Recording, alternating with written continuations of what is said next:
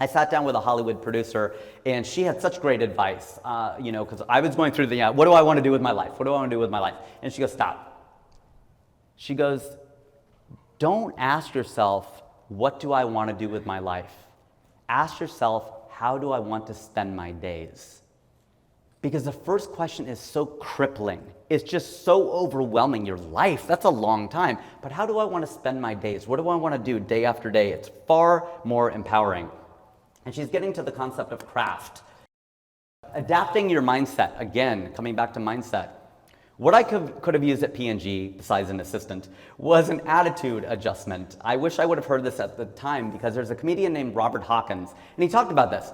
He talked about how comedians will do stand-up for free. I would do this talk for free. I would do stand-up comedy for free. I love speaking in front of people. This is my favorite thing in the world to do. I love doing it. I do it for free. You're paying me for the travel. You're paying me for the opportunity cost, because right now I can't go on auditions. I can't write my packet that I'm submitting to the late night shows. I can't go do stand-up at the comedy clubs. I'm here and I can't be somewhere else. I want to be here, but he doesn't mean cover my travel. That's different, okay? Let's say there's a sack of money in the middle of the desert somewhere, okay? The Gobi Desert.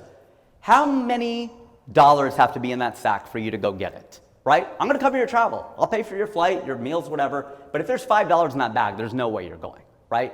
How much money has to be in that bag? Is it $5,000? Is it $15,000? Is it $50,000? And by the way, while you're there, here's a microphone, you can do a show. I'll do the show for free. That's not the issue. The issue is we all have jobs, and there are parts of the job that we love, and there are parts of the job that we don't love. And when I worked in marketing, I loved doing focus groups. It was so much fun. But I kind of hated doing my expense reports. I hate doing expense reports. And so you have to remember that you're getting paid to do the part of the job you hate. That's the way I started to think of it.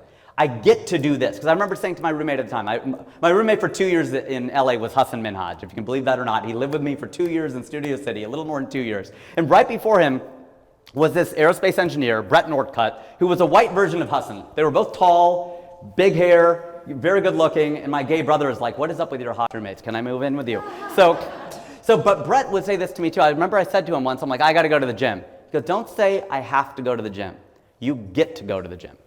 You get to go to the gym. You have the time, you have the money, you can afford it, you have working legs, and it's going to inform your entire workout. If you work that way, like I gotta do this, you're not gonna lift as much as if you go, I get to do this. So next time you're going through part of your job and you're like, man, I really don't like this, remember that that is why you get paid to do the job. Otherwise you would do that for free. I actually interned at Wright Pat Air Force Base. I was doing fatigue testing and creep testing and all that stuff, and creep testing took months to do. You weren't getting results. It was very linear. And for a lot of the job, I was quite bored. I got to be quite honest. I enjoyed parts of it, but a lot of it was like, oh my gosh, what time is this? And Chris Rock talked about that, where he goes, there's a difference between a job and a career. When you have a job, there's too much time. When you have a career and you have all your projects, there's not enough time. You look down, you're like, it's 4 o'clock already? My gosh, I haven't even started. I just got out of my meetings. When you have a job, you're like, it's only 9:15. And I realized, though, the pain point for me was between 2 and 4 p.m., my speaking slot right now. That's why it's hard. I'm like, okay, after lunch, before this is a tough slot, right? But I was like, this is what's really difficult, is between 2 and 4. I realized in the morning I was fine. I'm more of a night person than a morning person, and night people have it better, right? Because your day gets better as it goes. Morning people, sorry, the best part of your day is over. Mine's just getting going, okay? Mine's getting going. It's getting better. But I realized the morning wasn't that hard. It was actually pretty interesting, the things we were doing. Lunch was fun, of course, and then we're leaving at 5 o'clock. So by the time you get to 4, you're fine. You have about another hour, 45 minutes, you're good. But between 2 and 4, I was dying. I was like, this is really tough. I'm like, okay, then at 2 o'clock, I'm gonna go to the vending machine, I'm gonna get a Coca-Cola, and at 3 o'clock, I'm gonna go get a cup of tea or a cup of coffee. And that got me through that period of 2 to 4. And I realized, I don't really hate my life. I just hate 2 hours times 5. I hate 10 hours of my life every week. And that made me go, oh my God, I don't have it that bad. I thought that was really, really helpful. It put me in a much, much better state. Okay, I'm going through this thing this year where I'm drinking for only 12 nights of the entire year. It's pretty difficult between like 6 and 8 p.m., but if I get to a party and it turns 9 o'clock, I don't really need to drink anymore. I'm done, I'm fine, I'm good.